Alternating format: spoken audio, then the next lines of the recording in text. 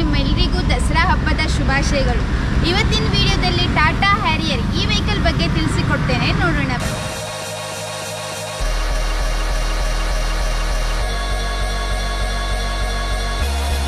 Tata Harrier ಎಕ್ಸೆಡ್ plus ವೇರಿಯಂಟಲ್ಲಿ ಇದೆ. 2020 model, single ಓನರ್ಶಿಪ್ಪಲ್ಲಿ ಇದೆ. ಹಾಗೆ ಇದು 60,000 ಕಿಲೋಮೀಟರ್ಸ್ ಡ್ರಿವನ್ ಆಗಿದೆ. ಡೀಸೆಲ್ ಫ್ಯೂಯಲಲ್ಲಿ ಬರುತ್ತೆ.